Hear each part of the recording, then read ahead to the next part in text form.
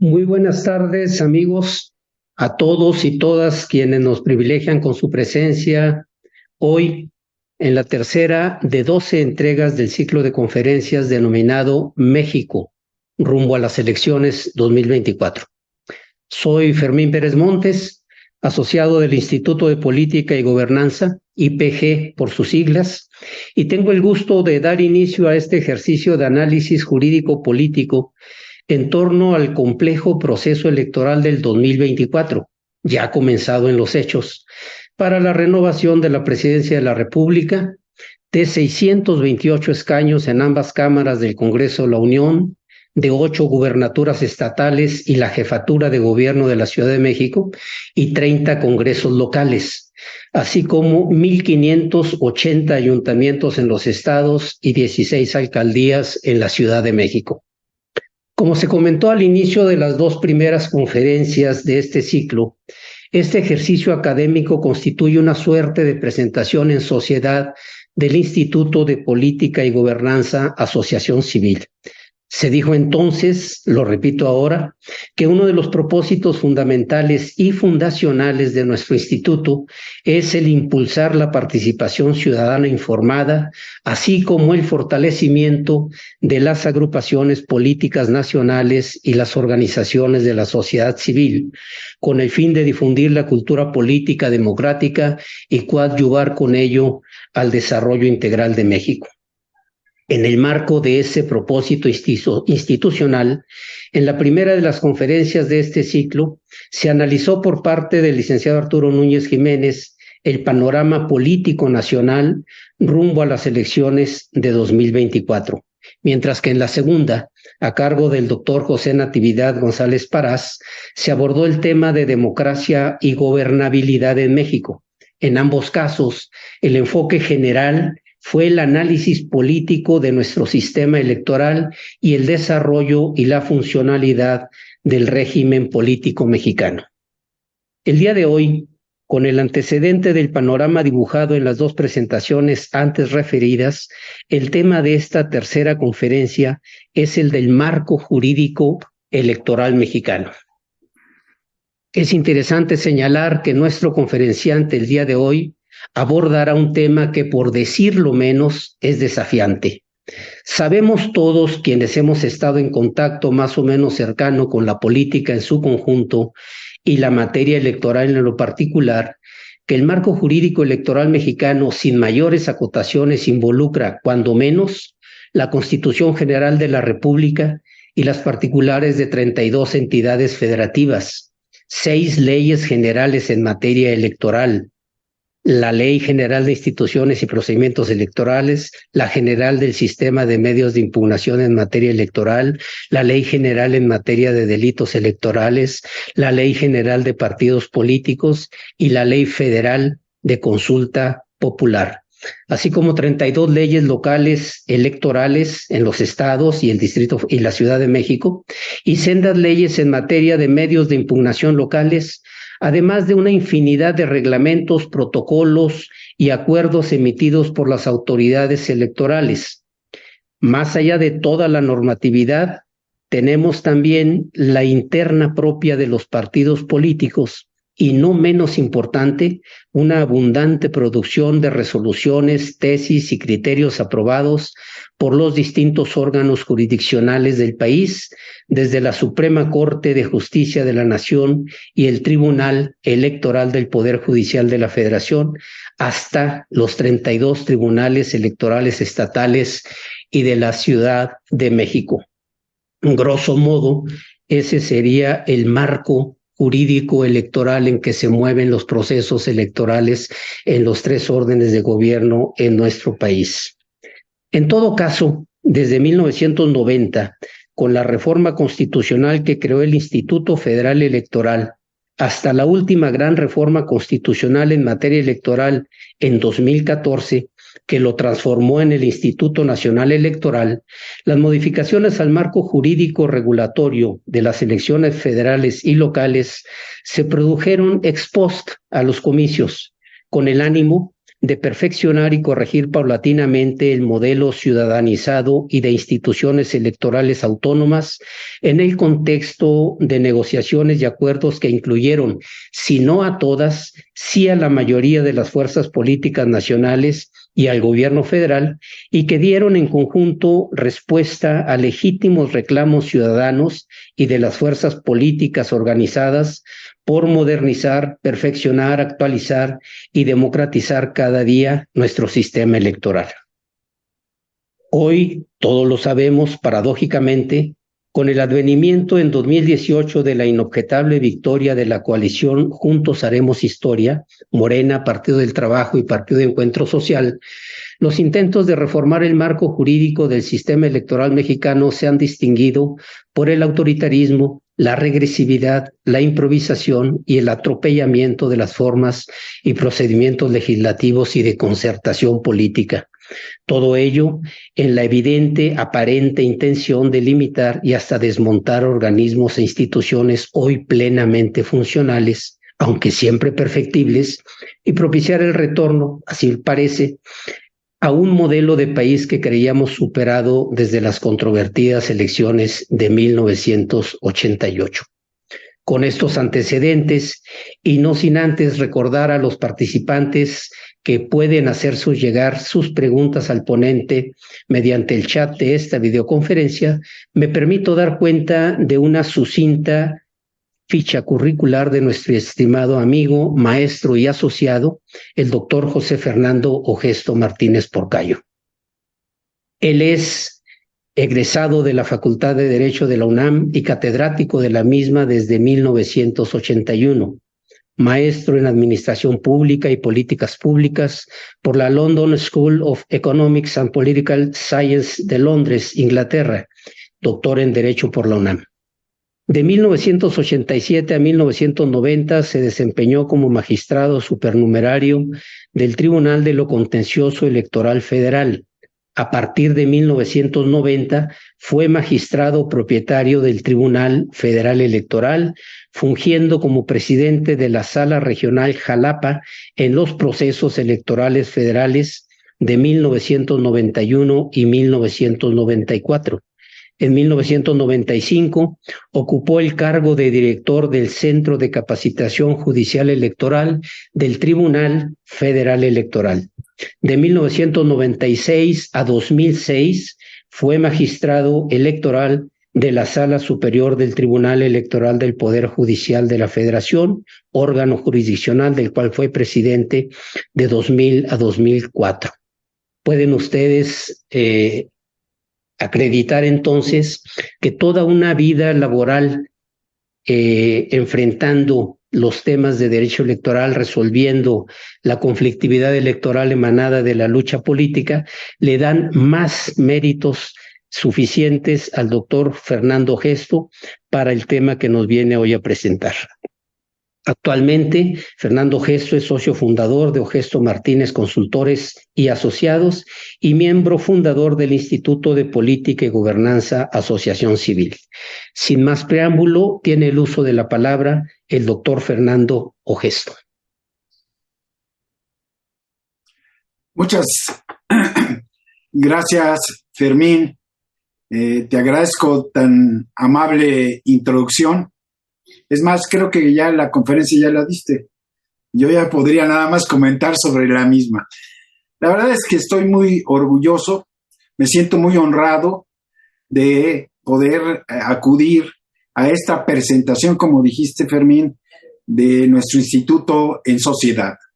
La verdad es que gracias a la inteligencia, a el deseo de seguir contribuyendo a la democracia en nuestro país, Arturo Núñez ha diseñado un instrumento que nos permitirá tener contacto sobre todo con la ciudadanía y con los partidos políticos.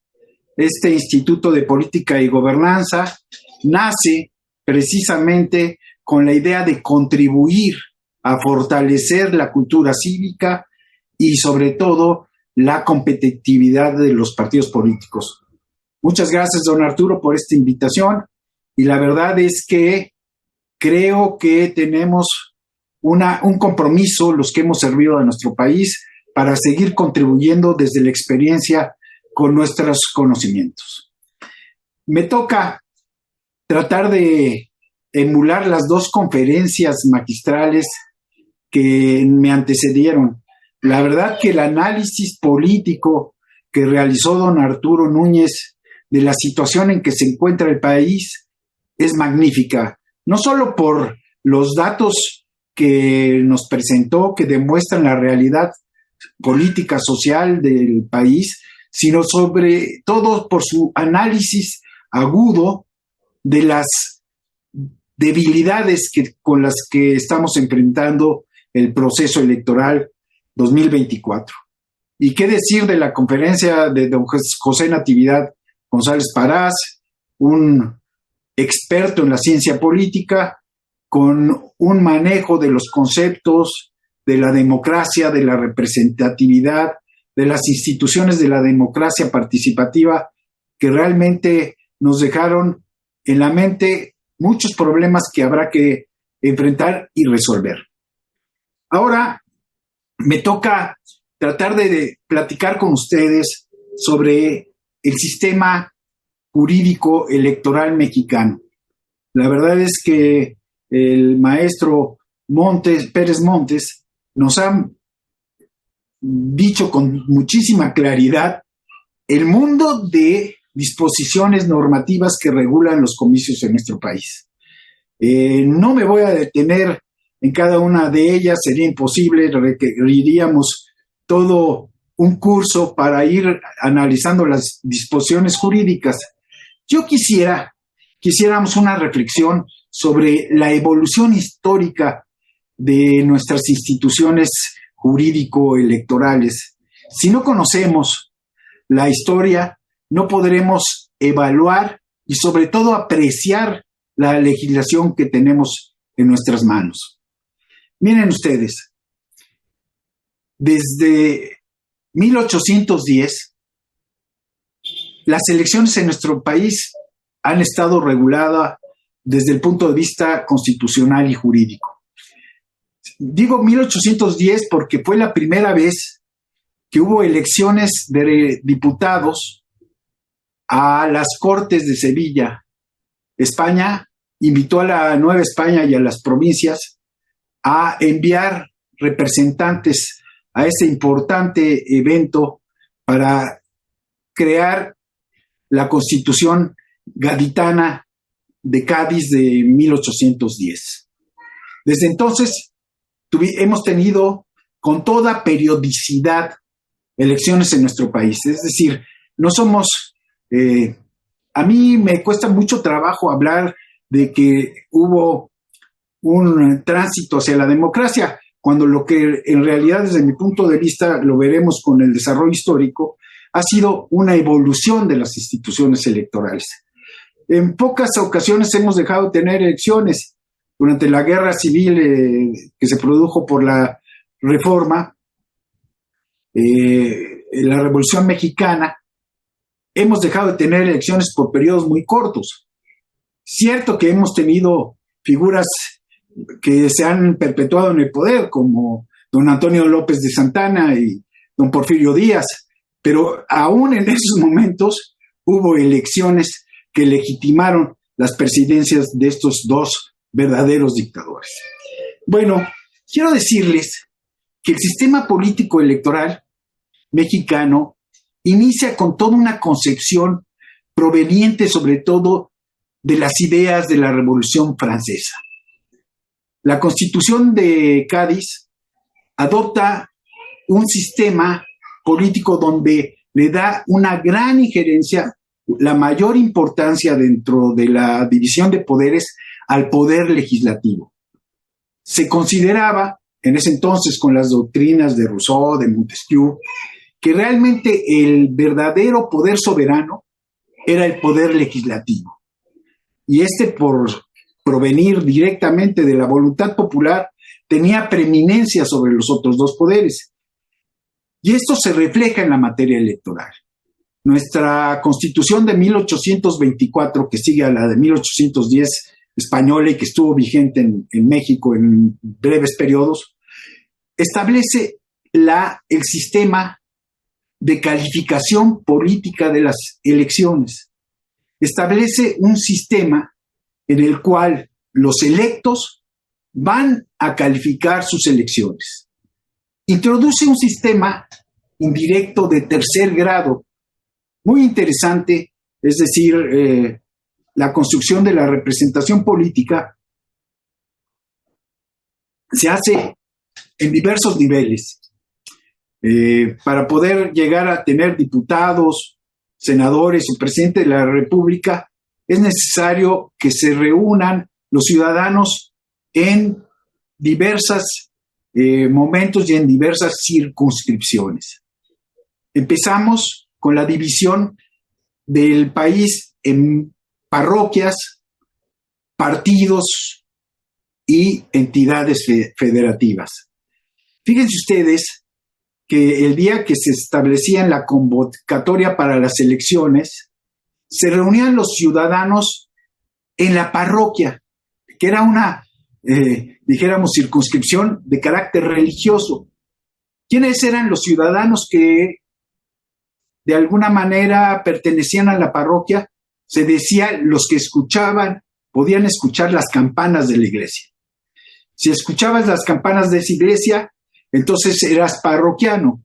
Y el día de las elecciones ibas a la casa consistorial, que era la casa del ayuntamiento, y ahí, ante la presencia del presidente municipal, el alcalde de la villa o del pueblo, se reunían y iban a misa de Espíritu Santo. Todos los parroquianos se iban a la iglesia, escuchaban misa, pedían porque el evento electoral al que iban a asistir tuviera éxito, que fuera colmado con una representación correcta, y salían y a puerta abierta, bajo la presencia del presidente municipal, nombraban una mesa directiva. Esa mesa directiva, compuesta por un presidente, por secretarios y escrutadores, preguntaba que por quién querían votar los electores. Y a voz abierta, sin secreto del voto, directamente establecían su preferencia, cuál ciudadano querían que fuera el elector de la parroquia. Se elegían alrededor de 11 electores parroquiales, es decir, más o menos por cada 20, 25 ciudadanos se elegía un elector parroquial. Ya después de que se tenían todos los electores parroquiales, salían cada uno de los electos con su constancia, que era la carta, no había credenciales, no había ningún otro elemento, una constancia hecha a mano y una copia de la constancia que se le daba al electo, al parroquiano electo, se iba al partido, para que en otra fecha se reunieran todos los parroquianos que pertenecían al partido. El partido era una demarcación más bien judicial, es donde podía haber un juez de primera instancia, que ya había suficientes pobladores en la comunidad para tener un juez. Entonces, en ese partido judicial se reunían todos los electores parroquiales y ahí presentaban sus credenciales y se calificaba la validez de la elección anterior. Es decir, si había recaído en un ciudadano que tenía las cualidades que establece la ley, si no había habido pues fraude, robo, presión, intimidación, y los propios electos calificaban la validez de la elección parroquial. Después de esto se iba a la misa, al Te Deum, a pedir de nuevo porque saliera bien el proceso, y se elegía a continuación a los electores de partido. El mismo procedimiento, se les entregaban sus constancias y ellos iban a la capital de la entidad federativa. Ahí llegaban todos los electores del partido del Estado y presentaban sus credenciales, calificaban la validez de sus elecciones y elegían un diputado al Congreso Federal. Fecha posterior, elegía al senador de la República y esa es la Constitución de 57. En la de 24 se elegía al diputado local y al diputado federal. Muy bien, pues esto es cuando llegaban los señores diputados al Congreso Federal, presentaban sus credenciales y se calificaba la validez de las mismas. Ahí se declaraban válidas o había la posibilidad de declararlas nulas las elecciones. Muy bien. La verdad es que este sistema indirecto de votación y la autocalificación de las elecciones, pues tuvo nada más la vigencia hasta 1993. Los colegios electorales de las cámaras de diputados y senadores y la de el Gran Colegio para la elección presidencial estuvieron vigentes en nuestro país, los dos primeros hasta 1993 y el segundo hasta 1996. Es decir, una larguísima tradición de autocalificación política de las elecciones.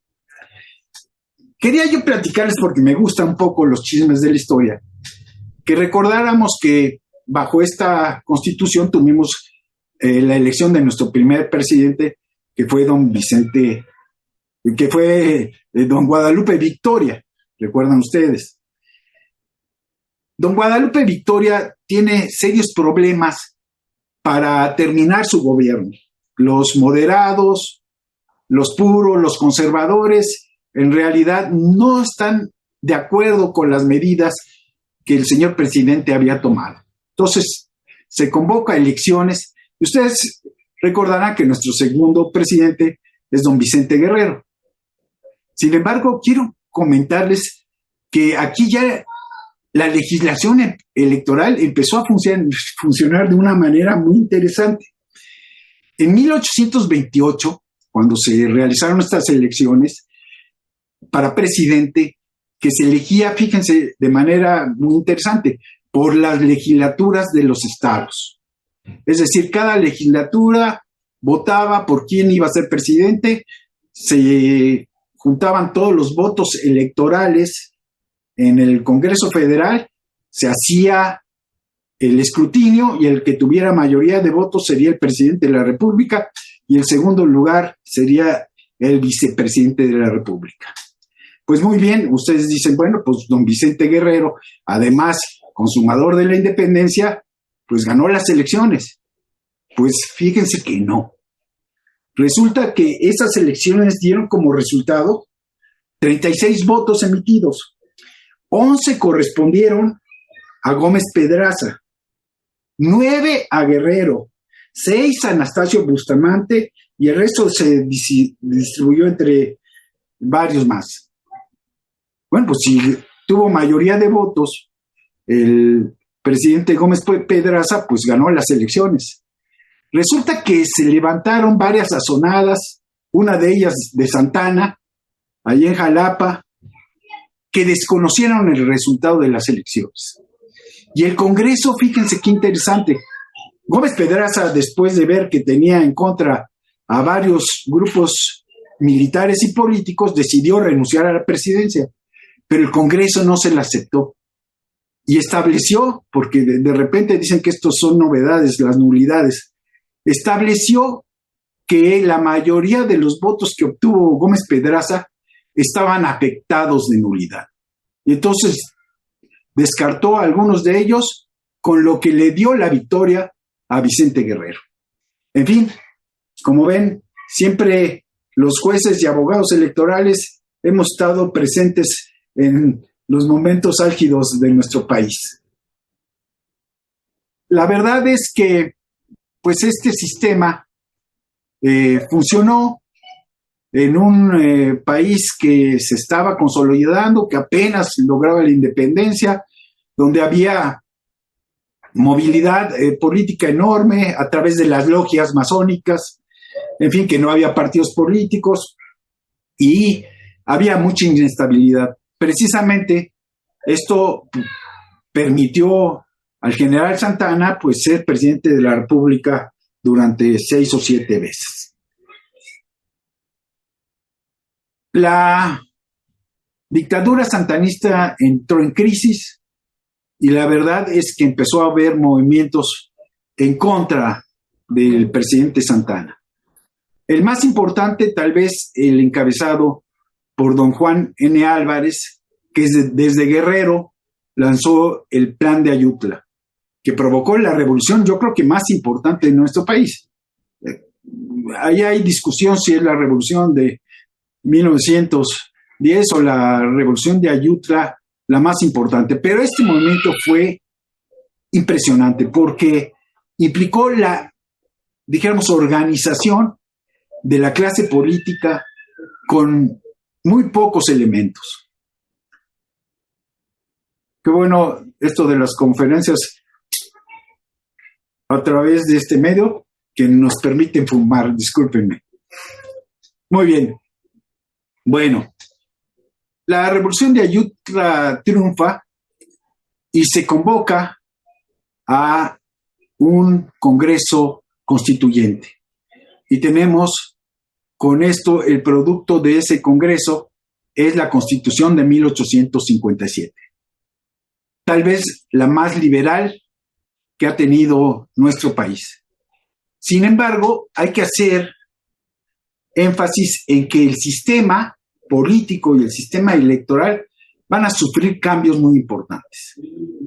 O sea, la idea de que el poder legislativo es un poder que debe tener preeminencia sobre los demás poderes, se había venido abajo en todo el mundo.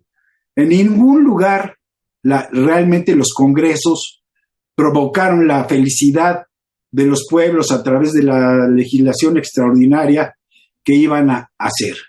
Siempre estuvieron dominados por intereses, por grupos, por facciones, por veleidades que dieron, dijéramos, que disminuyeron la idea de la soberanía popular y de que esta era la única que tenía la posibilidad de encontrar la voluntad general.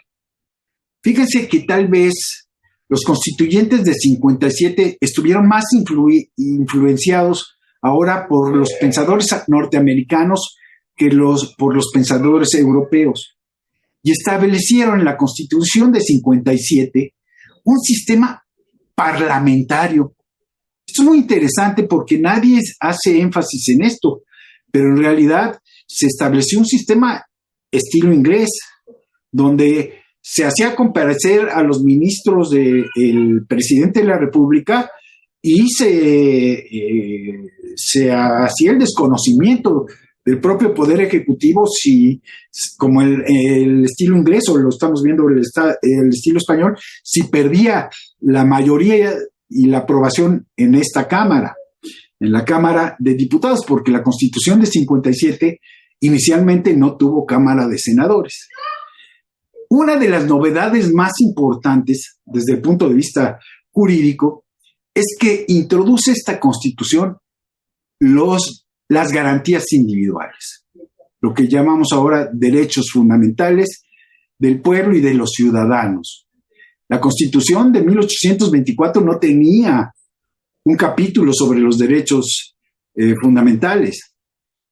La verdad es que esta introducción se debe en gran parte, sobre todo, a la Constitución norteamericana.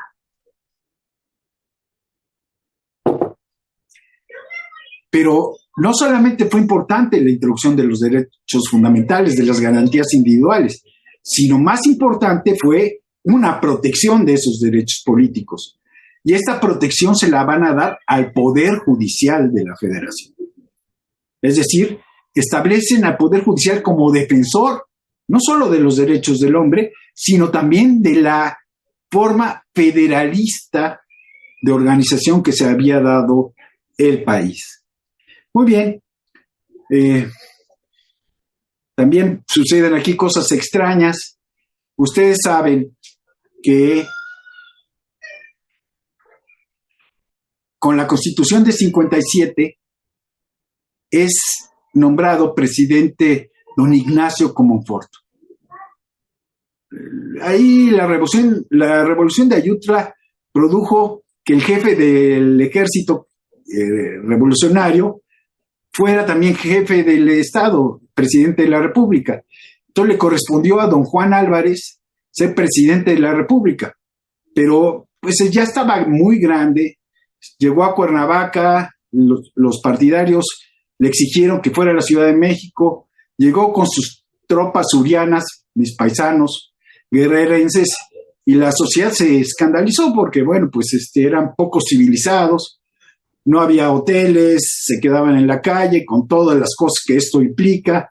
Imagínense la sociedad que circundaba Palacio Nacional, pues tenía muy molestos a los ciudadanos de la Ciudad de México. Se enfermó don Juan Álvarez y renunció, pues, de alguna manera a la presidencia, y entonces fue Comonfort el que tomó el mando de la presidencia de la República. Ya cuando se jura la Constitución de 57, Comonfort no puede gobernar, dice, es imposible gobernar con esta Constitución. Era llamado a cuestionamiento al Congreso todos los días, se vetaban sus políticas, quería hacer un tren, se lo negaron, quería obtener préstamos, se los negaron. En fin, Comonfort decidió también renunciar después de varios problemas que tuvieron, porque se dio un autogolpe de Estado para poder tener facultades especiales para no cumplir con la Constitución del 57. Se dio cuenta que era un atentado a la Constitución y entonces renunció. Y aquí sucede una cosa también muy interesante, pues el que lo sustituía por disposición constitucional era el presidente de la Suprema Corte de Justicia de la Nación, que en ese entonces era don Benito Juárez. Sin embargo, no es aceptada su nombramiento como presidente provisional porque el general Zuloaga en la ciudad, un conservador que tenía todavía una gran fuerza, no la reconoce. Y entonces se da ahí el momento de tener dos presidentes, el conservador con Zuloaga y el liberal con don Benito Juárez. Se produce la guerra civil, una cruenta guerra civil entre los dos bandos. Don Benito Juárez, pues empieza el éxodo de la República con los pocos liberales que lo siguieron, y después de que triunfa el movimiento juarista liberal, viene la intervención francesa, donde precisamente los conservadores logran que Napoleón designe un emperador para nuestro país.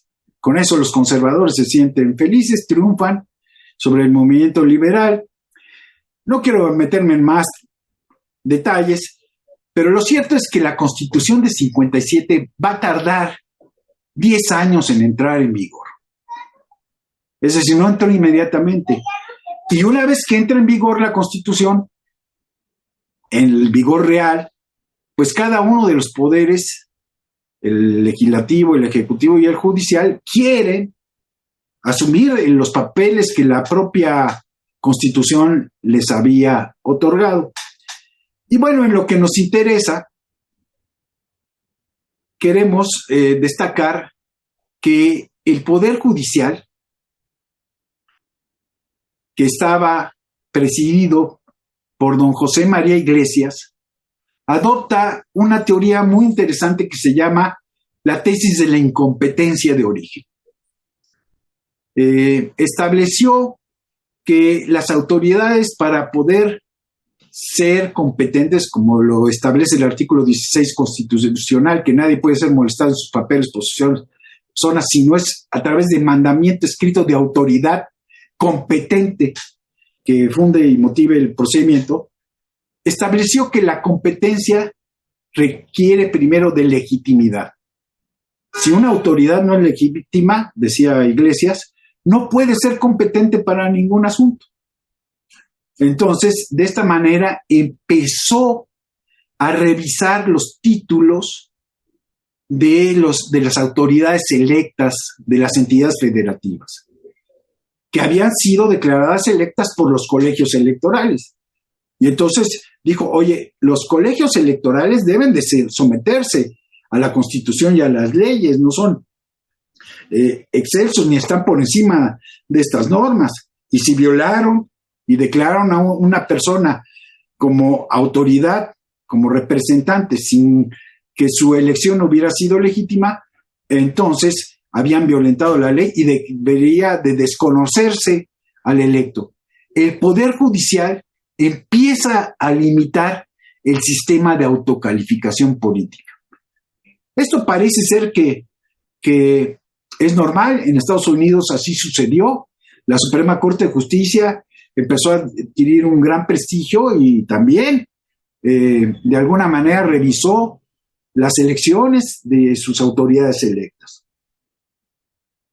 A través del juicio de amparo, el Poder Judicial mexicano empieza a revisar esos títulos y a declararlos ilegítimos a las autoridades. Esto sucedió en un amparo muy interesante que se llama el amparo de Morelos, del gobernador Leiva. No me voy a meter tampoco en mayores detalles, pero quiero decir que la Corte amparó a unos quejosos en contra de una ley que expidió Leiva porque fue reelecto de manera contraria a la Constitución del Estado. Y entonces, esto provocó que el Poder Judicial tuviera una fuerza insospechada. Lo que me parece como jurista, pues que era correcto, nadie puede estar por encima de las leyes. Y el Poder Judicial está precisamente para impedir el abuso o el desvío de poder. Bueno, todo iría muy bien, pero aquí viene un grave problema. Don Benito Juárez, fíjense ustedes, que llevaba desde 1858 como presidente de la República. En 1860, Juárez, siendo presidente sustituto, se presenta a las elecciones y en 1861 es electo presidente, gana las elecciones. Dos, una como interino y otra como presidente electo. Después de 62 a 67 viene la intervención francesa. Una vez que termina la intervención francesa, en 1871 Juárez es reelecto, 3. Y ya estaba preparando su cuarta reelección cuando en 1872 muere en Palacio Nacional, como recordamos. Muy bien. Lo sucede como presidente el presidente de la Suprema Corte de Justicia de la Nación, que era Lerdo de Tejada. Muy bien. Es también presidente provisional, convoca elecciones, gana las elecciones y prepara su reelección y gana su reelección. Y aquí viene el problema. Mientras Lerdo es presidente de la República, el presidente de la Suprema Corte de Justicia es el señor licenciado Iglesias, que ya habíamos comentado, que es el autor de la teoría de la incompetencia de origen. Muy bien. Dicen que estos 3 ilustres liberales, Juárez, Lerdo e Iglesias, llegaron hasta el final en la defensa de la República a Paso del Norte, hoy Ciudad Juárez. Se les conocía como el triunvirato de Paso del Norte. Seguramente en esas ya últimas circunstancias, tratando de obtener el apoyo de los Estados Unidos de Norteamérica, que estaba en guerra civil, para poder triunfar en su movimiento, pues se pusieron de acuerdo, oye, si llegamos a recuperar el país, pues que don Benito, que es el líder, sea el presidente, después voy yo y te toca a ti, Iglesias. Pero don José María ya había esperado todos los procesos de don Benito Juárez y ahora estaba esperando que Lerdo soltara el poder y no lo soltaba. ¿Y qué empezó a pasar? Iglesias, a través del amparo, empezó a desconocer a autoridades electas amigas de Lerdo de Tejada. Entonces, don Sebastián, la verdad es que se sintió agraviado por esta intromisión del Poder Judicial, que le restaba poder. Entonces, se dio un pleito espantoso entre el Poder Judicial y el Poder Ejecutivo. Como la tesis Iglesias establecía que los colegios electorales podían ser revisados a través del juicio de amparo, pues el Congreso de la Unión estableció un decreto, una ley que le prohibía al Poder Legislativo juzgar sobre las elecciones locales. No contento, el ministro Iglesias siguió desconociendo autoridades y entonces todavía fue más duro el encono porque Lerdo de Tejada, para quitarle las facultades que estaba arrogando, el Poder Judicial, presentó una iniciativa de ley para volver a instaurar el Senado de la República y quitarle esas facultades a la Corte y que se pasaran al Senado de la República. Es más, estableció una circular que prohibía directamente a los jueces de distrito admitir amparos por esta naturaleza. El ministro Iglesias sacó una circular que quien cumpliera ese acuerdo, quien le hiciera caso, sería privado de sus emolumentos. Entonces los jueces de distrito, pues lógicamente defendieron sus emolumentos y no hicieron caso de Lerdo. Bueno, se da la elección la reelección del presidente Lerdo y hay un escándalo. El fraude electoral sale en todo el país. Se dice que hubo unas elecciones desasiadísimas, donde hubo presión militar, donde hubo compra de colegios. La verdad es que se dudaba de la legitimidad del proceso electoral. Y entonces Iglesias, como presidente de la Corte, lanza un manifiesto a la nación.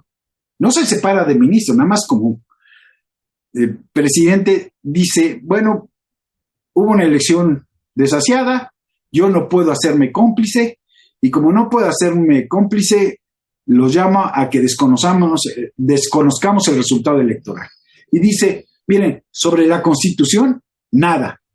Nadie sobre la Constitución, que es un lema que se utiliza con muchísima frecuencia en materia jurídica. Muy bien, Lerdo no puede quedarse, hay golpes militares por todos lados, sobre todo provocados por don Porfirio Díaz, que ya había competido para ser presidente contra don Benito Juárez y contra Lerdo, y también se sentía con derecho a ser él el presidente de la República. Lerdo no puede controlar la situación, sale del país. Iglesias trata de, como presidente de la Corte, ser presidente del país, no lo puede lograr porque no tiene el apoyo de don Porfirio, y finalmente el que siembra lluvias cosecha tempestades, o no me recuerdo cómo va bien el dicho, pues don Porfirio Díaz logra ser presidente de la República. Bueno, voy a terminar esta etapa rápidamente. Ya con Porfirio Díaz de presidente, don Ignacio Vallarta es el presidente de la Corte, y bajo su presidencia se desconoce la tesis de incompetencia de origen y se establece que la Corte no tiene facultad para revisar las resoluciones de los colegios electorales, que son la última instancia en la calificación de las elecciones. Y establece que el Poder Judicial no debe inmiscuirse en política porque esto realmente provoca inestabilidad en dicho poder. Esa tesis de Vallarta pues triunfa y le conviene mucho a don Porfirio Díaz, que recuerdan que decía que en su administración poca política y mucha administración, o sea, los procesos electorales son manejados realmente de una manera autoritaria. El dedazo, dicen que no había autoridad del país que no llevara el visto bueno de Porfirio Díaz, y se vuelven procesos más administrativos que realmente de competencia democrática. Bueno, Esto no podía durar toda la vida y recuerden que Madero se lanza también con un tema, con un lema de carácter electoral. Sufragio efectivo, no reelección. Y bueno, precisamente piden procedimientos electorales limpios, verdaderos, que hubiera competencia electoral. Y bueno, se viene la revolución al negarse el general Porfirio a reconocer el triunfo electoral. A partir de 1917, con la Constitución, se discute quién debe de calificar los procesos electorales. Y están las dos posiciones, la iglesista y la vallartista. Paulino Machorro Narváez va a abogar por la posición iglesista y establece que la Corte debe de conocer de todos los asuntos que se den en el país, incluido las cuestiones políticas. Que nada de esto debe estar ajeno a las resoluciones profesionales, serenas, jurídicas de la Corte. Y por el otro lado, el diputado Hilario Medina aboga por la tesis vallartista y dice, no, si inmiscuimos a la Corte en los problemas electorales, todos los derrotados van a ir a la Corte a quejarse. Todos los partidarios que no estén conformes con el resultado electoral van a hacer gran ruido en la Corte. No la van a dejar que resuelva de manera pacífica, tranquila, jurídica los asuntos electorales. Y ganó precisamente esta posición vallartista y a la Corte se le impide conocer de las cuestiones políticas. Y sí subsiste la autocalificación de las elecciones y subsiste la idea de que los colegios electorales son la autoridad soberana en la calificación de las elecciones. Muy bien. En este periodo, la Corte va a establecer un criterio que me parece verdaderamente alarmante, fue alarmante. En su momento estableció que el juicio de amparo es una garantía para todos los habitantes del país. Es una garantía universal, mientras que los derechos políticos solo pertenecen a los ciudadanos. Y como el juicio de amparo solamente es para proteger las garantías individuales y no se encuentran ahí incluidas las políticas, el amparo no procede en materia político-electoral. Después la ley de amparo estableció que contra las resoluciones de las autoridades electorales y colegios electorales no procedía el amparo. Es decir, no hubo intervención judicial en todos los procesos electorales que se organizaron a través de la ley electoral y se calificaron en última instancia por los colegios electorales. Hacemos un pequeño receso, si son tan amables, para que recupere un poco de voz.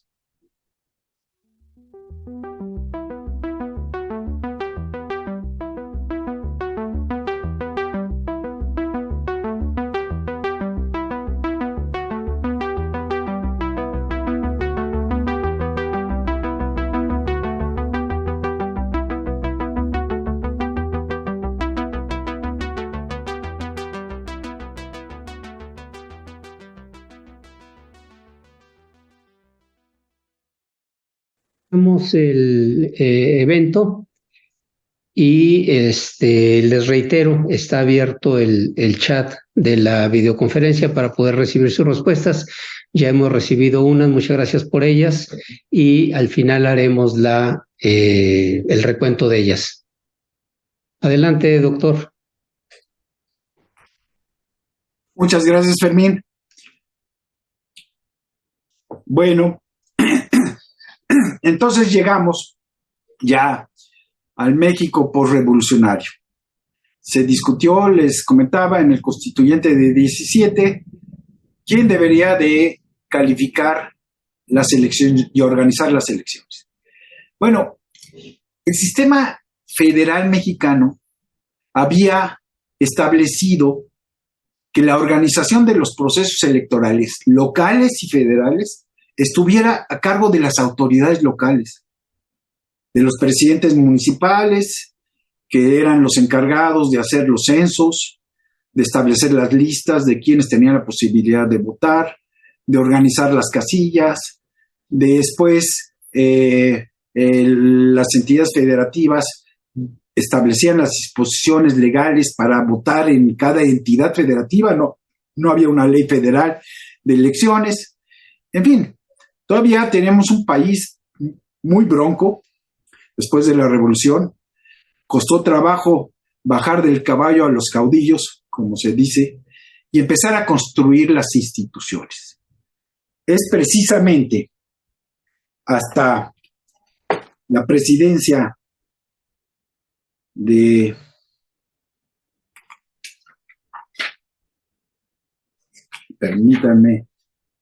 don Manuel Ávila Camacho, en 1945, fíjense, hasta 1945, cuando ya en realidad se había creado el partido hegemónico a través del PNR y después del PRI, el PRM, en fin, de la historia que muchos de ustedes conocen sobre la evolución del Partido Revolucionario Institucional y de su hegemonía, estableciendo que quien no estuviera con el partido estaba en contra. Algo suena, algo hay de historia donde abrevan algunas personas. Y entonces, pues realmente los procesos electorales dejaban muchas dudas. Eran verdaderos zafarranchos cada vez que había elecciones en el país.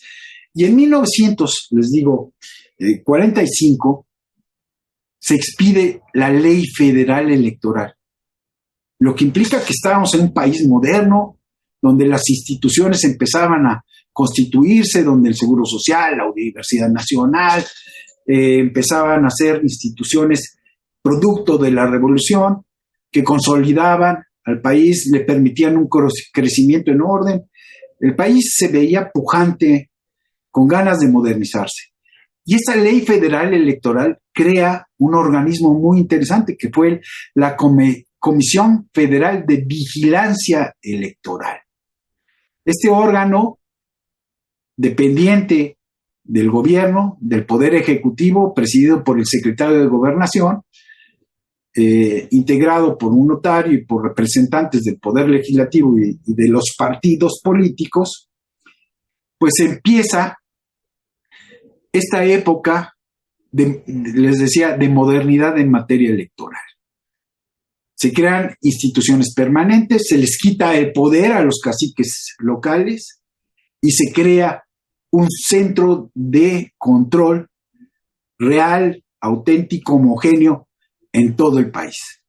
Esta Comisión Federal Electoral fue un avance extraordinario en su momento en las cuestiones electorales.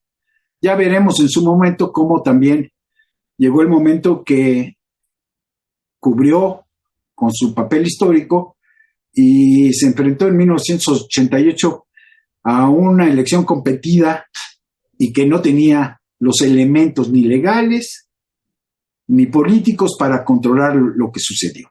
Bueno, ahora quisiera dividir con ustedes la modernidad en cuanto a la construcción de instituciones jurídico-electorales.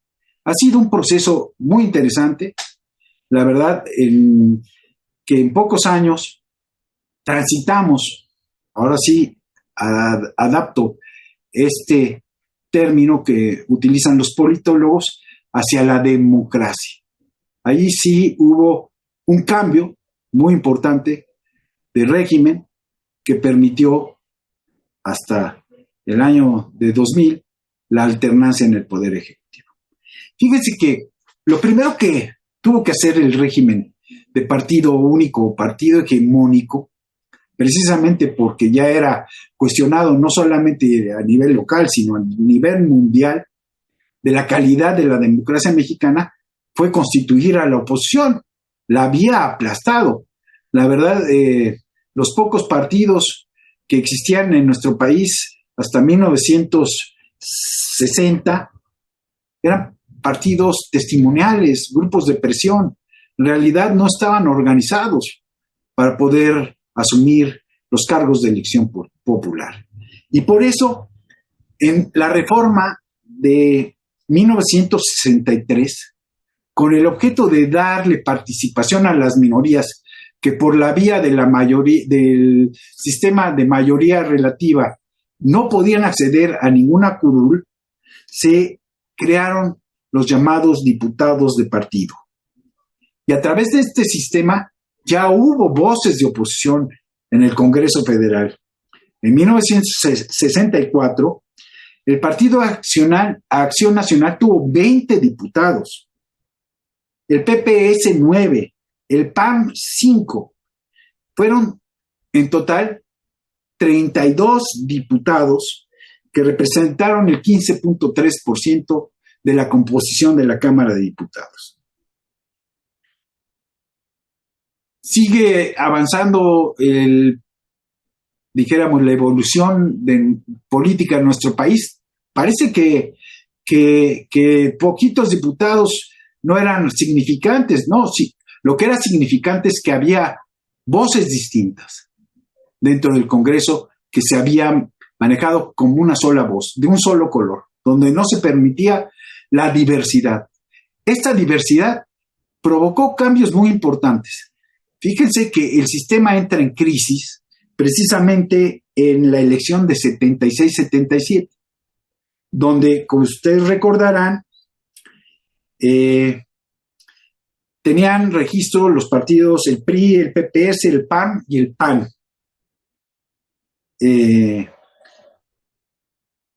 La ley de Echeverría de 1973 trató de introducir la creación de nuevos partidos que le correspondía a la Secretaría de Gobernación autorizar. Era una función gubernamental de autorizar la existencia de partidos políticos. Muy bien. En 76, el único partido que presentó candidato a la presidencia fue el Partido Revolucionario Institucional, porque aceptaron como candidato común el Partido Popular, el PAN, al licenciado José López Portillo. El PAN tuvo problemas internos y no pudo lanzar candidato a la presidencia. No alcanzó su candidato Madero a tener los votos suficientes dentro del propio partido para poder ser candidato a presidente de la República. Entonces, el sistema, si bien tuvo un presidente electo legalmente, pues carecía de toda la legitimidad. Eso cimbró al sistema, y ahí hay que leer a don Arturo Núñez para que nos ilustremos sobre la reforma de 1977, la creación de la LOPE, porque el licenciado López Portillo era tan modesto que le puso un nombre muy parecido a su apellido, la López le decían algunos, y se hizo una reforma importantísima. Tal vez muchos de los autores de la materia consideran que ese es el parteaguas de la modernidad política, de la transición a la democracia de nuestro país. Se creó primero la constitucionalización de los partidos, es decir, se mencionaban, pero no se les había dado una personalidad jurídica específica. Y es en esta reforma de 77 que se constitucionalizan los partidos políticos, se establece que estos podían intervenir en la política a través del registro definitivo o el registro condicionado a los resultados de la elección. Se les da personalidad jurídica a las asociaciones políticas y se establece un sistema mixto de representación en el Congreso de la Unión. Se va a establecer el número de 400 diputados, 300 electos por el sistema de mayoría relativa y 100, por lo que se introdujo en ese momento, diputados de representación proporcional. Hubo registros de partidos políticos, el Partido Demócrata Mexicano, el Partido Comunista Mexicano, el Partido Socialista de los Trabajadores y asociaciones políticas diversas. En la elección de 1979, con esta nueva ley, el PRI obtuvo 296 diputados, el PAN 43, el Partido Comunista 18, el PPS 11, el Partido Socialista de los Trabajadores 10, el Demócrata Mexicano 10 y el PAN 12. Ya hubo pluralidad. Se empezaba a pintar de colores el espectro de la representación en el Congreso de la Unión. A través de ese germen se empezó realmente a cuestionar el sistema político, el sistema de organización de las elecciones, el sistema de calificación de las elecciones, el sistema de equidad en la contienda.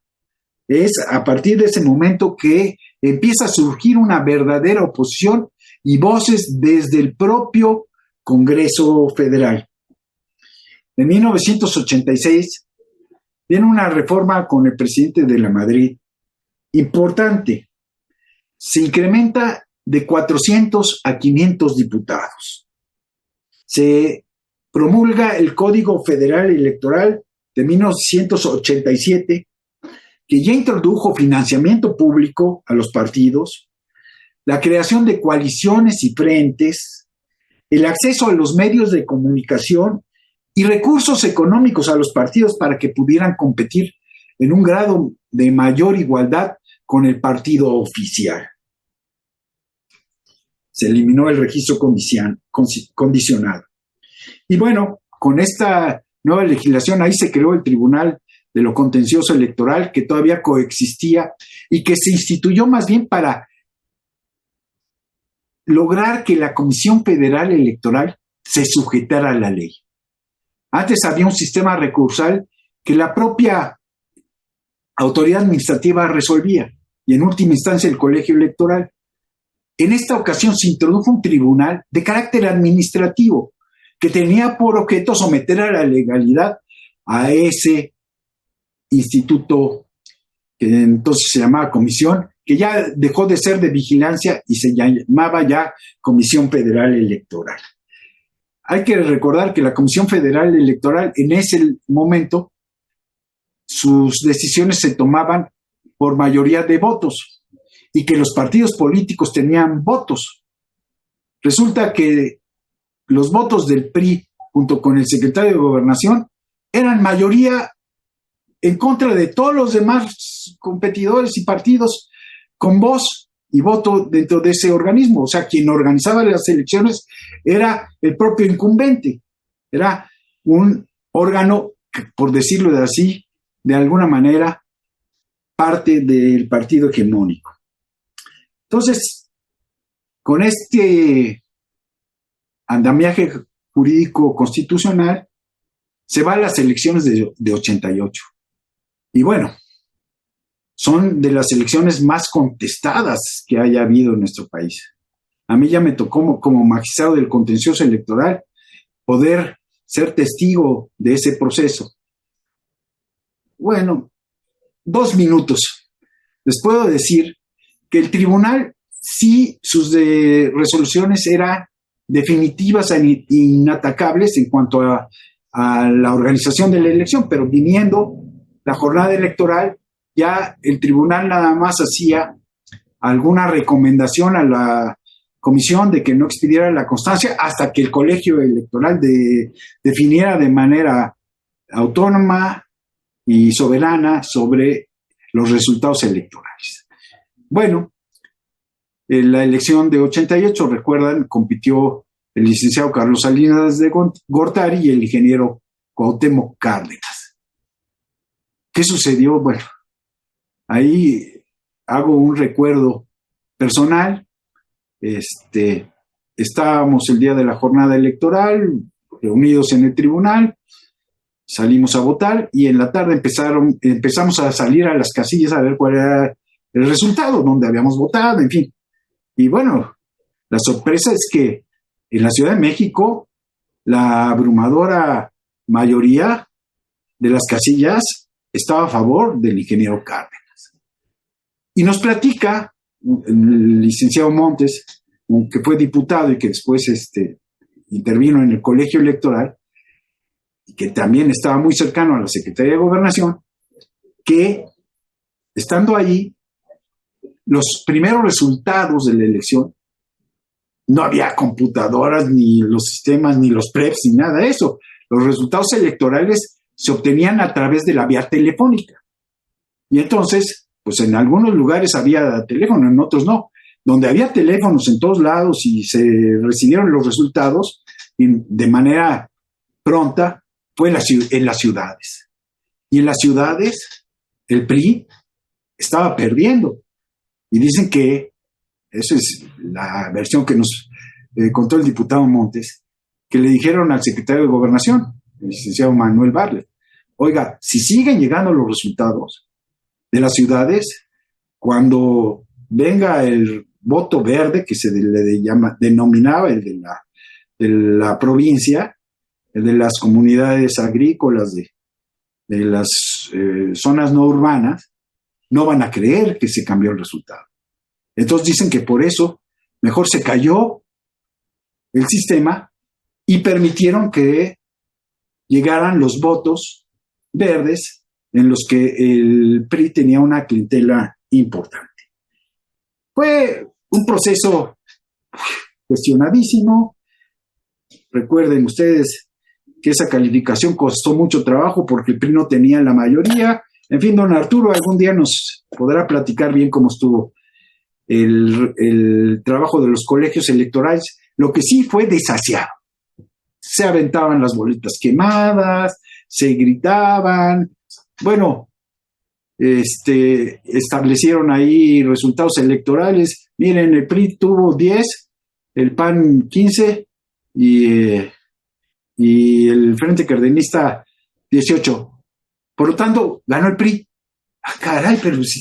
En fin, unos dictámenes muy desasiados que realmente demostraron que los colegios electorales ya no eran una solución para resolver las controversias electorales.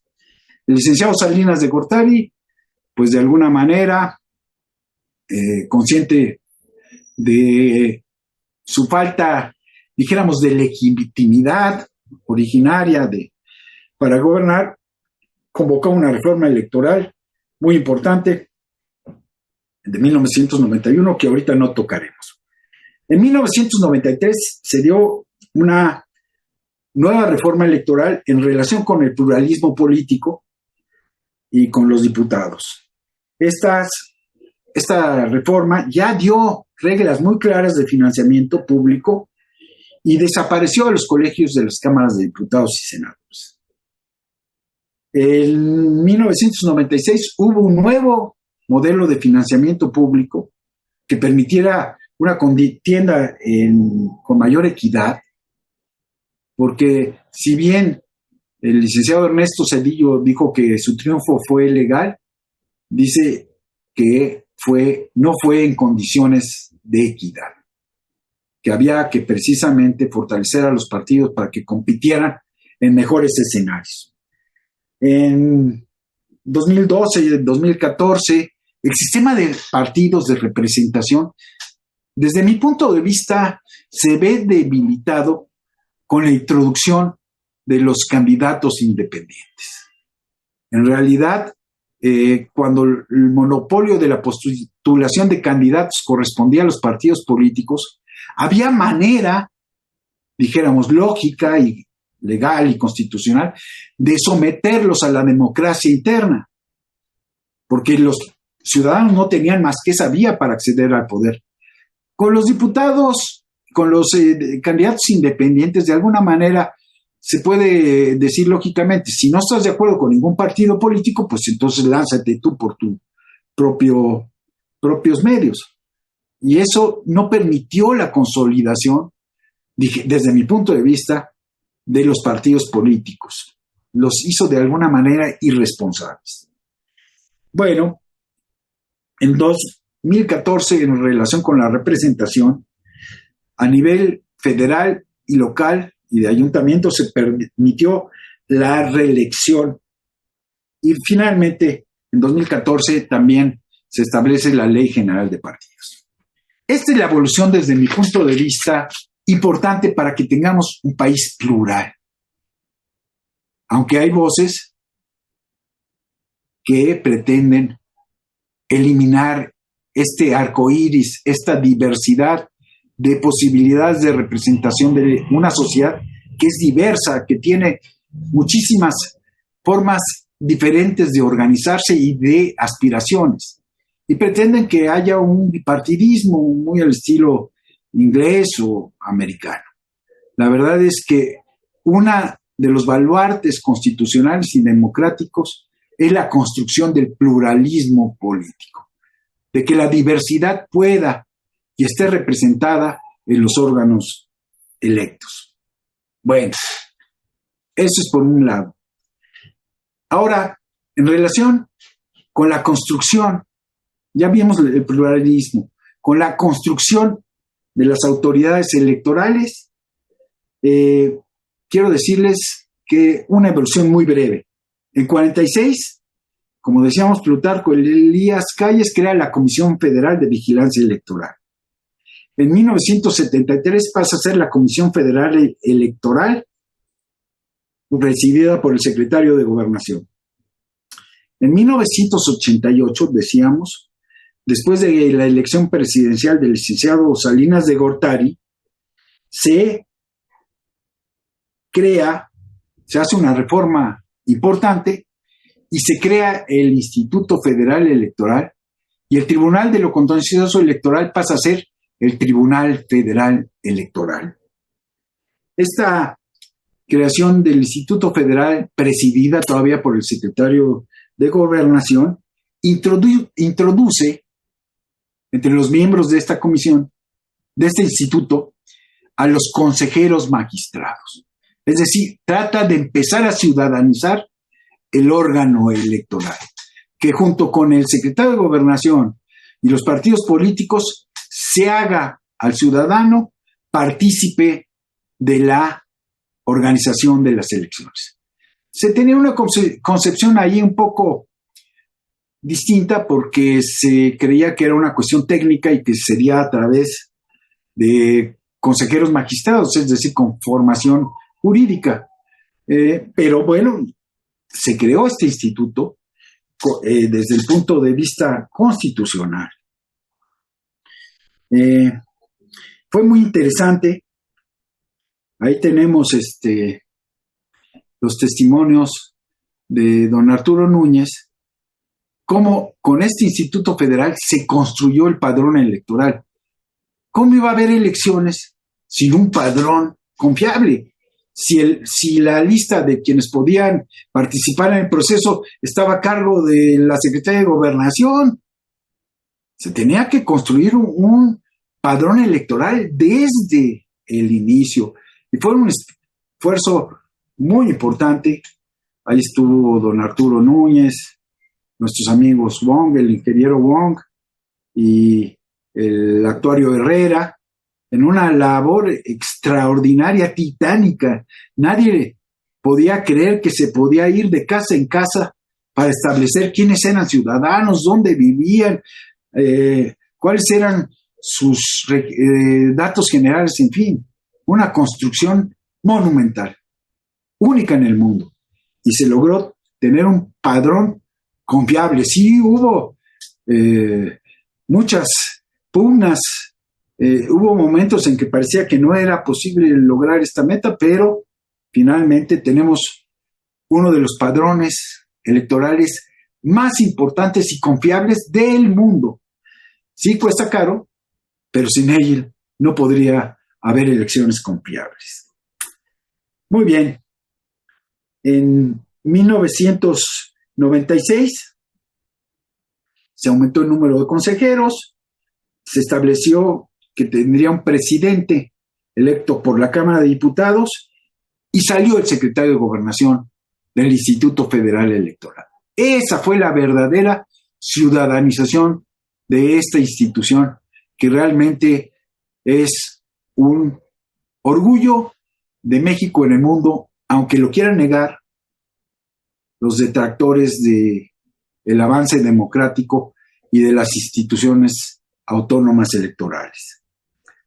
En 2007 se crea una unidad especializada de fiscalización porque realmente fue aumentando la cantidad de recursos que se otorgaban a los partidos políticos. Y como eran recursos públicos, también la autoridad tuvo que tener la capacidad para auditar su buen uso, su origen y la destinación de estos dineros públicos.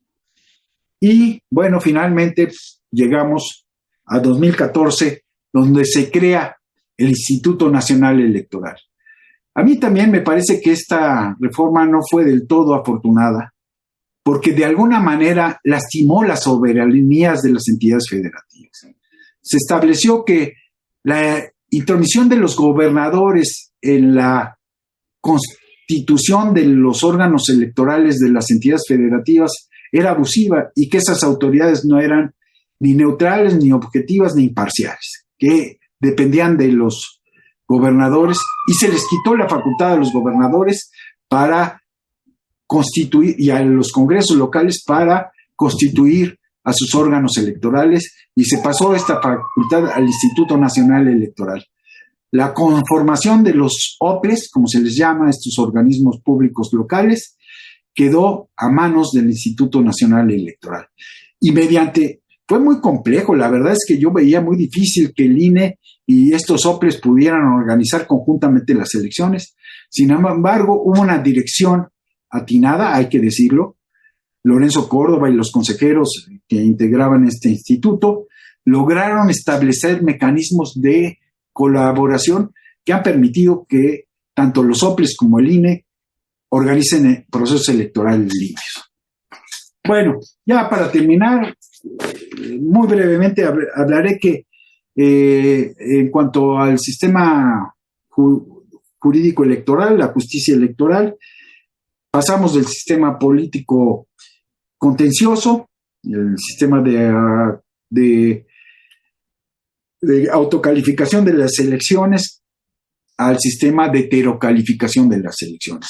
Primero con un tribunal contencioso que no era última autoridad, Tribunal Federal Electoral que convivió con los colegios electorales, desaparecieron estos, se creó una sala de segunda instancia y finalmente se creó un tribunal autónomo, independiente, especializado, o es un órgano especializado del Poder Judicial de la Federación.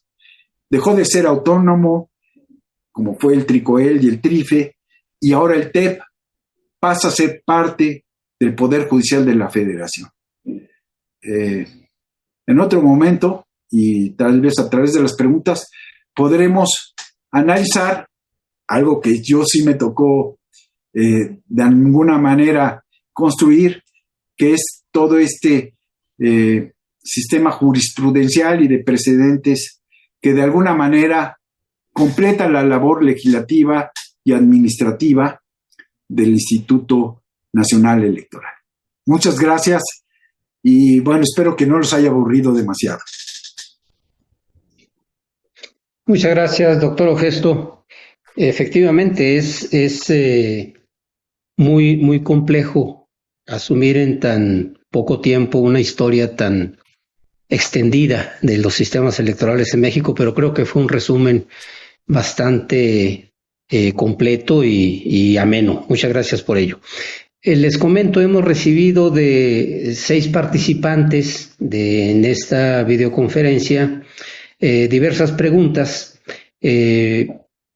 Por cuestión de orden de la propia intervención, yo daría cuenta en un primer bloque de 3 de ellas y posteriormente de las siguientes. Incluso coinciden en complejidad las segundas, el segundo bloque, y las primeras son bastante concisas. Creo que ello nos permitirá darle muy buena dinámica a la pregunta y a las respuestas, evidentemente.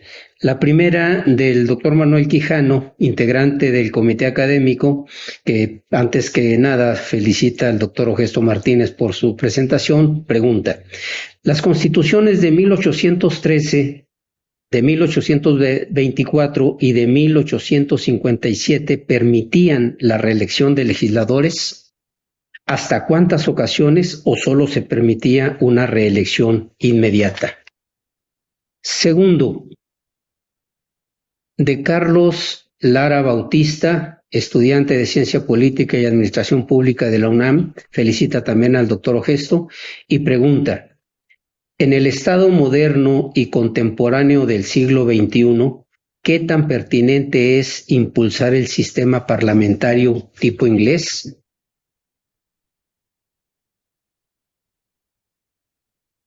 Tercero, Roberto Ábalos, servidor público, pregunta: en las recientes elecciones de renovación del Poder Legislativo, supongo federal de 2021, se observa un incremento considerable de los votos nulos.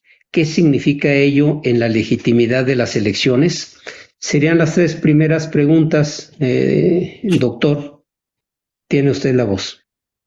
Muchas gracias, Fermín. La verdad es que la primera pregunta de don Manuel Quijano, que es un verdadero experto en la historia de nuestro país y en el derecho constitucional y en muchísimas ramas del derecho, pues me pone en una situación complicada. No les sabría decir, ¿la reelección se permitía?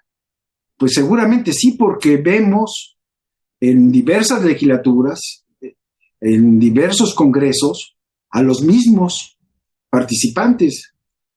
Es decir, por ejemplo, en el constituyente de 24 está Fray Servando Teresa de Mier. Después, cuando se discute si tendríamos una república federal o central, vuelve a aparecer.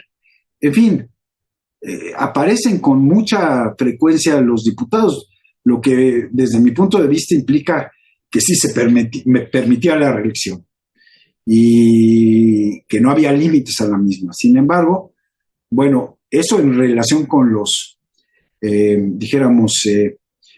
legisladores. En relación con la presidencia de la República, pues no, la Constitución de 24 establecía que era de 4 años y podía haber una reelección. La Constitución de 57, en relación con la presidencia de la República, también limitaba a 2 periodos la elección del presidente, pero precisamente hubo la reforma constitucional que permitió a don Porfirio Díaz reelegirse de manera indeterminada. Eso es lo que recuerdo, don Manuel, y después me regaña. Me da muchísimo gusto saludarlo y recordar la vieja familia jurídica que se constituyó desde mi padre y que lo respetaba. Bueno, en cuanto al sistema parlamentario, la verdad es que para construirse un sistema parlamentario se requiere de toda una cultura distinta. Estoy de acuerdo que esta se podría construir. Tan es el caso de que con las recientes reformas sobre la reelección de legisladores se puede construir una carrera para que precisamente los representantes parlamentarios, los diputados, puedan de alguna manera tomar parte en el gobierno. Pero esto implicaría que el presidente de la República saldría del grupo parlamentario y que sus ministros tendrían que ser representantes del Parlamento.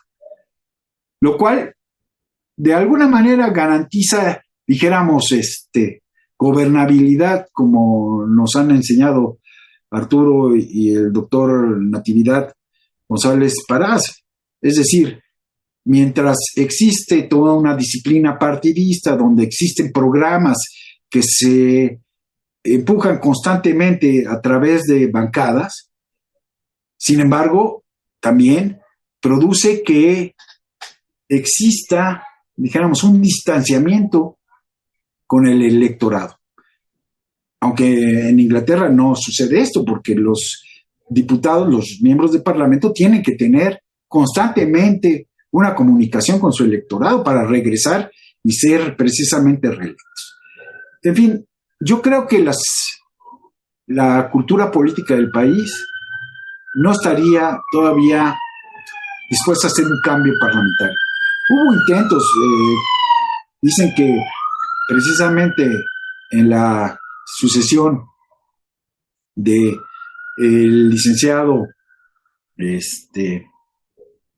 Salinas, un grupo de miembros del Partido Revolucionario Institucional estaban tratando de lograr que el poder legislativo de alguna manera limitara al poder ejecutivo, darle una mayor fuerza, acabar con el presidencialismo como sistema de gobierno. Sin embargo, no prosperó este movimiento y por el contrario, vemos que cada vez de alguna manera se fortalece el sistema presidencial. Y bueno, ¿qué decir de este sexenio? Donde efectivamente se ha hecho de los órganos legislativos y de las autoridades de los estados, más bien grupos que apoyan la autoridad del presidente de la República. Hay un centralismo político que efectivamente creo que estaría impidiendo y evitando precisamente que exista un sistema parlamentario en nuestro país. Ahora, en relación con los votos nulos, bueno, esta es una circunstancia muy interesante porque de alguna manera evita el abstencionismo.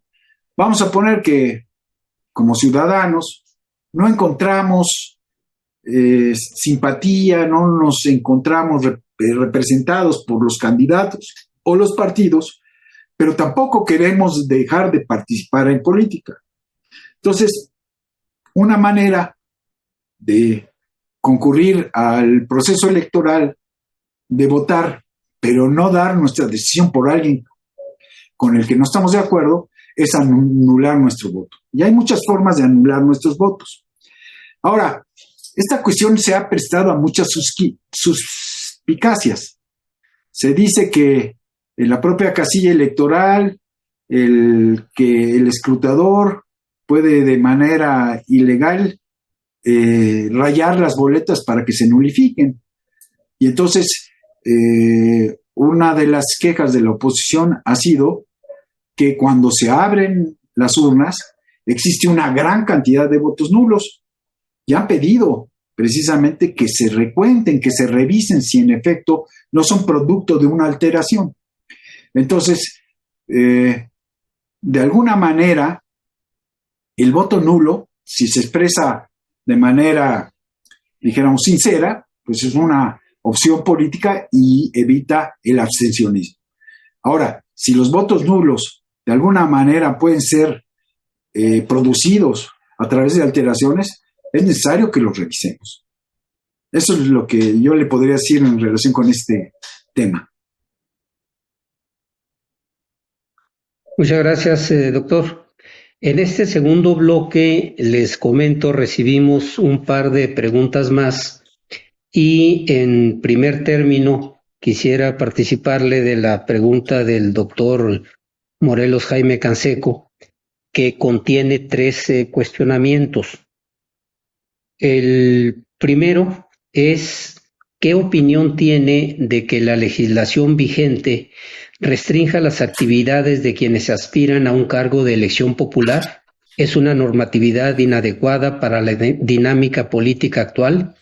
Sería la primera cuestión.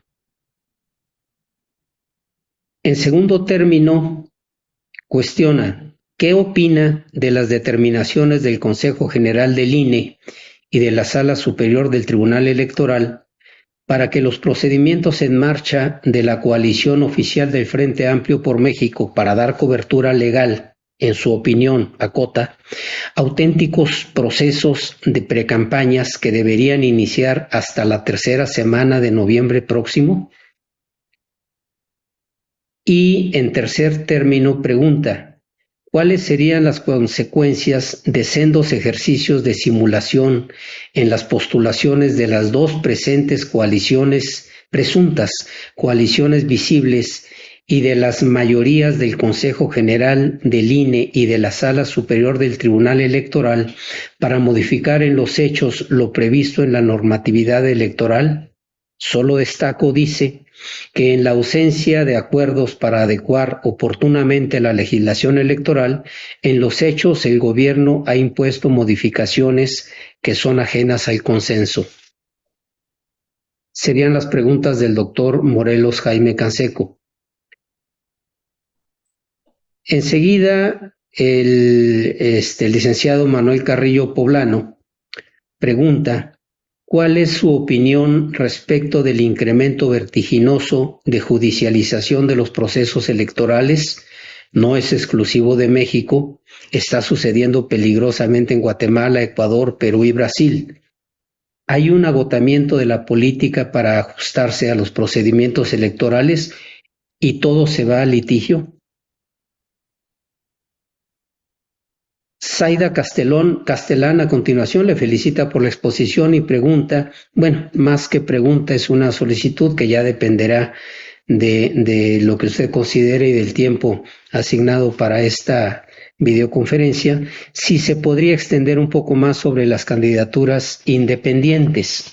Esta propuesta tiene además una conexión con la siguiente pregunta que hace María de Jesús Alejandro, integrante del Comité Académico del IPG, que felicita al doctor Gesto por su participación y le pregunta si considera oportuno que a este momento México esté preparado para las candidaturas independientes.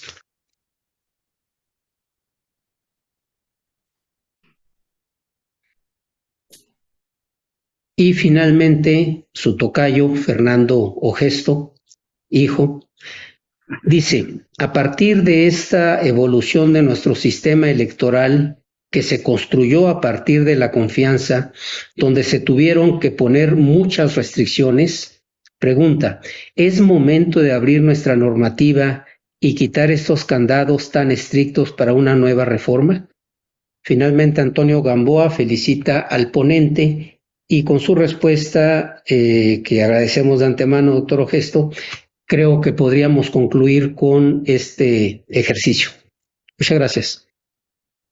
Al contrario, muchas gracias. La verdad es que muchos amigos han hecho preguntas, amigos queridos, gente con la que hemos de alguna manera compartido la creación de estas instituciones democráticas de las cuales nos sentimos nosotros orgullosos, estoy seguro, y que habrá que defender a toda costa. En relación con la pregunta de Morelos Jaime, un abrazo Morelos, respecto a la limitación que la ley establece a los candidatos, las precampañas anticipadas y la simulación y la actitud de las autoridades. Bueno, en primer lugar, pues la limitación parecería que en Suecia o en Dinamarca, para decir los países que más o menos tenemos similitudes, pues resultarían excesivas. Es decir, ¿por qué a un político lo limitas a ciertas épocas de políticas a realizar sus actividades? Se quejan los políticos de que su actividad es permanente y que tienen muchas prohibiciones. Si tú eres diputado, no puedes en tu calidad ocurrir al electorado en general, porque estarías realizando, dijéramos, una función con una investidura mayor que los demás candidatos. En fin, la que se les impone a todos los funcionarios electos, a los propios funcionarios públicos, que se les impide precisamente hacer, dijéramos, una exhibición de la labor que desempeña, no se permite hacerla a nombre personal, tiene que ser institucional. Todo esto es producto, precisamente, como otra pregunta más adelante, de la desconfianza y de los abusos.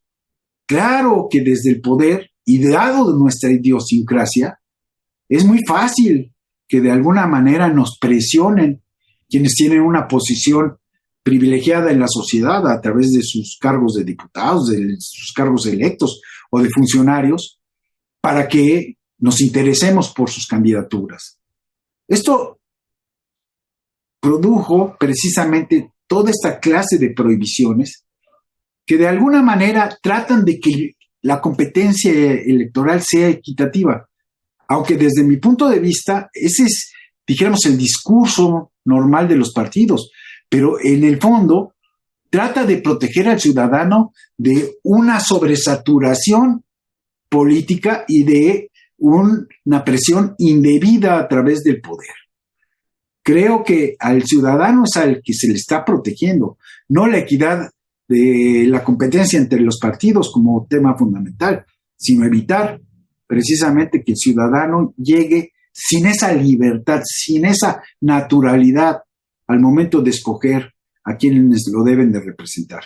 Sí es excesivo y lo estamos viendo como todo el mundo trata de, todos los que tienen deseos de ser candidatos tratan de evitar esta legislación. En relación con pues las precampañas, digo, no hay duda de que los partidos políticos han establecido una simulación, están haciendo procesos para sacar candidatos, sus candidatos a la presidencia de la República, una precampaña. Todavía no tienen candidato, lo van a obtener a través de estas precampañas. Sí, pero la ley establece los tiempos, como dice Morelos. Esto no puede realizarse en este momento. De nuevo, puede gustarnos o no la ley, pero es la ley. Diría el señor presidente, no me vengan con eso de que lex dura lex sed lex, porque es mejor que espontánea y naturalmente se elija de una manera distinta. No, ese es precisamente actuar por la vía de los hechos. En materia común existe precisamente la disposición jurídica en contra de la ley, no puede alegarse uso, desuso o costumbre en contrario. No hay costumbre derogatoria, no puede haber un uso porque se pongan de acuerdo las dos coaliciones más importantes del país en precisamente violentar la ley, decir, no, pues estamos todos de acuerdo en violentarla, entonces no se rompe la equidad. Recuerdo todavía un asunto que llevamos en el Tribunal Electoral del Poder Judicial de la Federación, donde en una delegación política los dos candidatos, primero y segundo lugar, rebasaron los topes de gastos de campaña. Y hubo una posición que estableció que como los dos rompieron la ley, pues no había rompimiento de la equidad. La suma de dos ilegalidades o del consenso de la mayoría de los actores no puede derogar la ley. La ley tiene que cumplirse. Y las autoridades electorales, tanto el Tribunal como el Instituto Nacional Electoral, no pueden evadir. Esa es su función. No pueden decir, oiga, vamos a hacer, aparte de la legislación, una legislación convencional, nueva. ¿Están de acuerdo? Y si todos estamos de acuerdo, rompemos la ley. No, no es posible.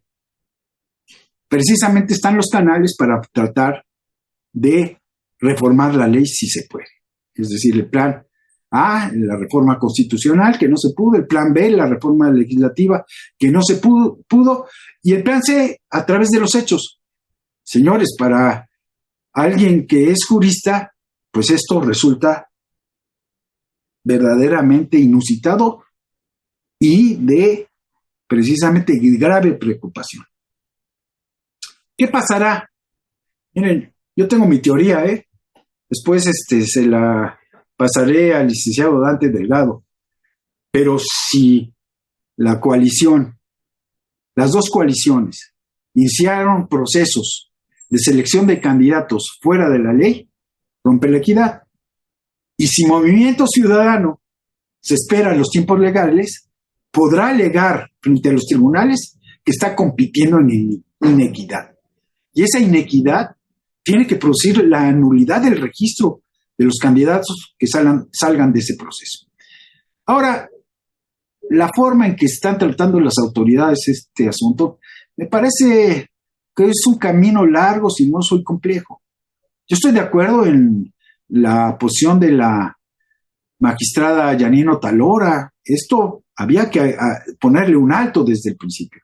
En cambio, establecer de que se trata de procedimientos ordinarios de los partidos, que no son de precampaña, que son para nombrar un funcionario que, en fin, es simulación.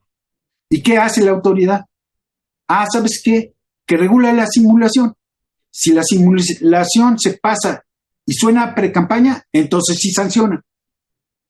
¿Por qué permitir que caso por caso vayamos estableciendo si es un acto anticipado, si están llamando al voto, si están presentando planes de programa, si sabemos todos que eso es lo que están haciendo?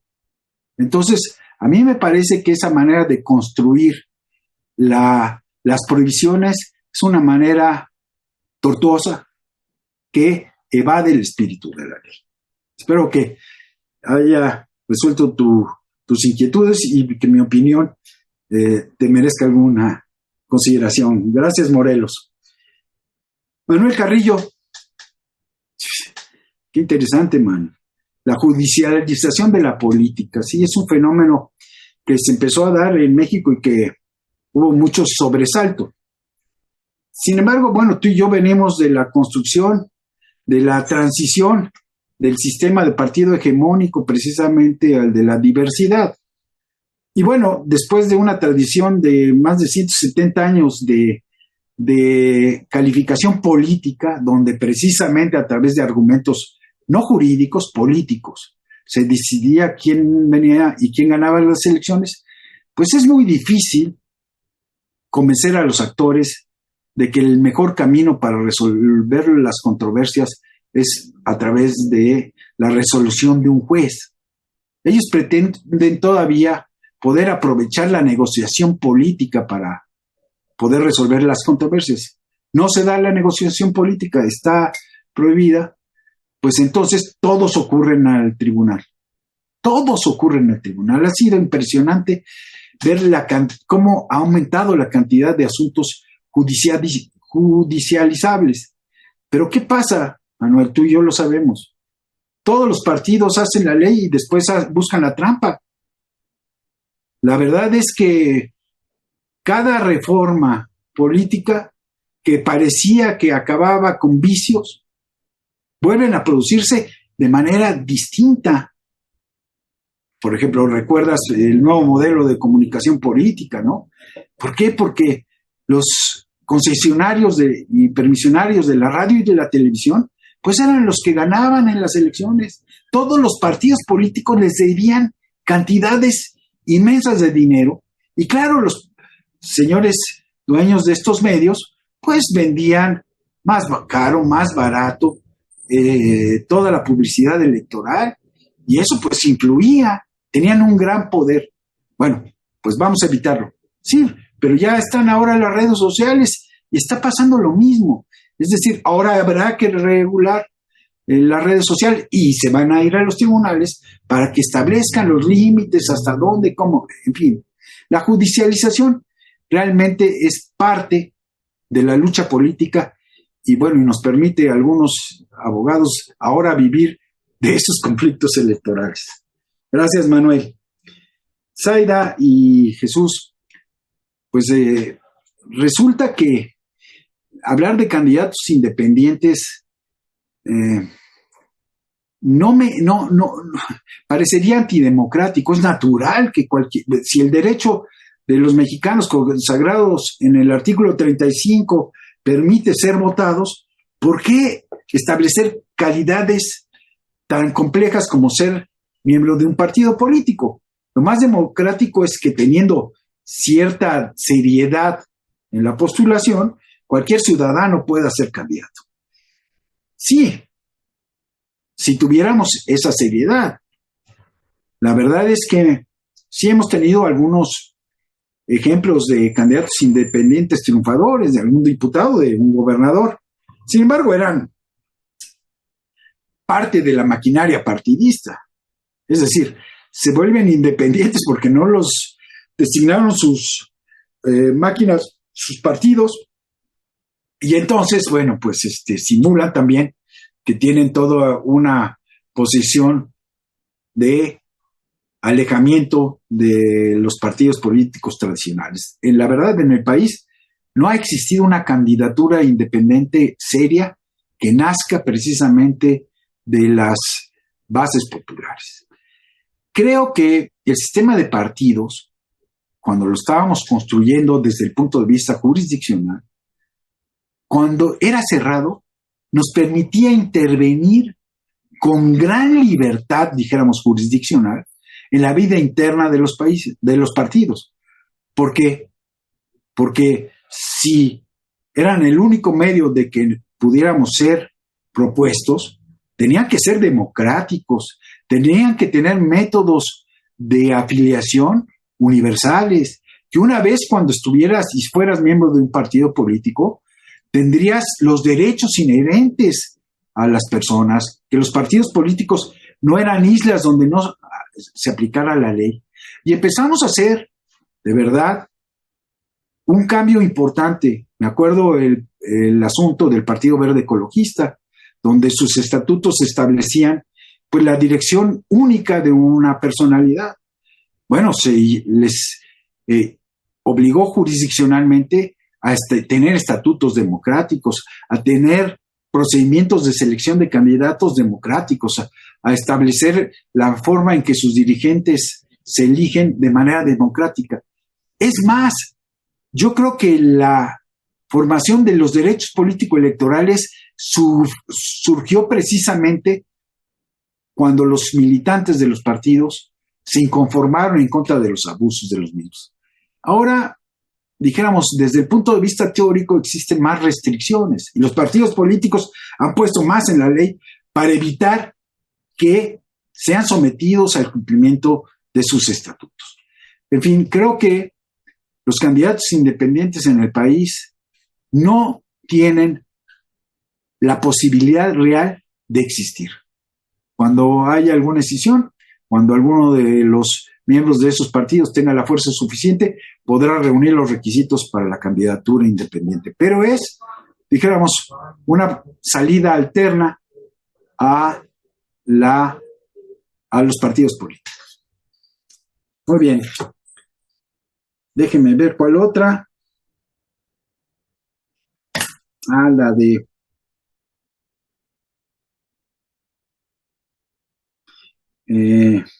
de quitar los candados que se han establecido en la legislación.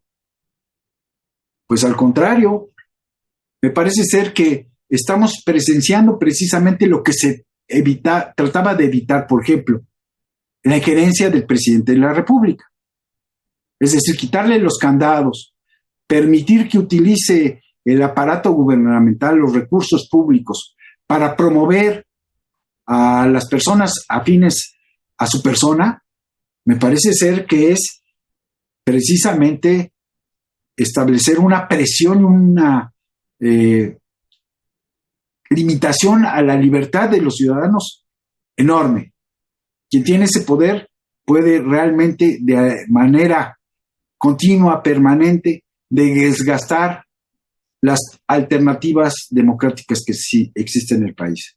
Creo que los candados siguen siendo necesarios, más como lo hemos visto.